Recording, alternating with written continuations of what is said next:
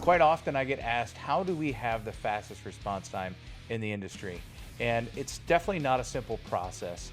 We utilize multi-faceted and levels of technology and softwares and GPS location, geofencing in order to get our team on the road and able to shift on the fly.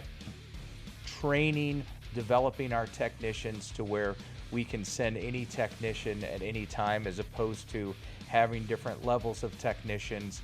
Some can work on warranty problems, others can do installation. We train all of our technicians to be able to handle any situation. Obviously, a large part of it is our staffing levels.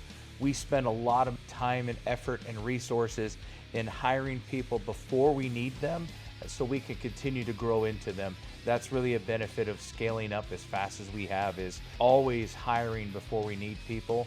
And I think that gives us a huge advantage over our competition of getting there faster.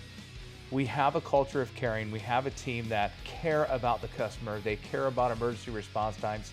In fact, we celebrate it in our company when we have a customer that's in an emergency. We get there faster than anybody else, usually within an hour. It's something we celebrate and we brag to each other about. It's a very exciting thing. So I think at the center of it is really our culture that drives all of that technology and different aspects of how we develop our team to be able to respond faster than anyone else.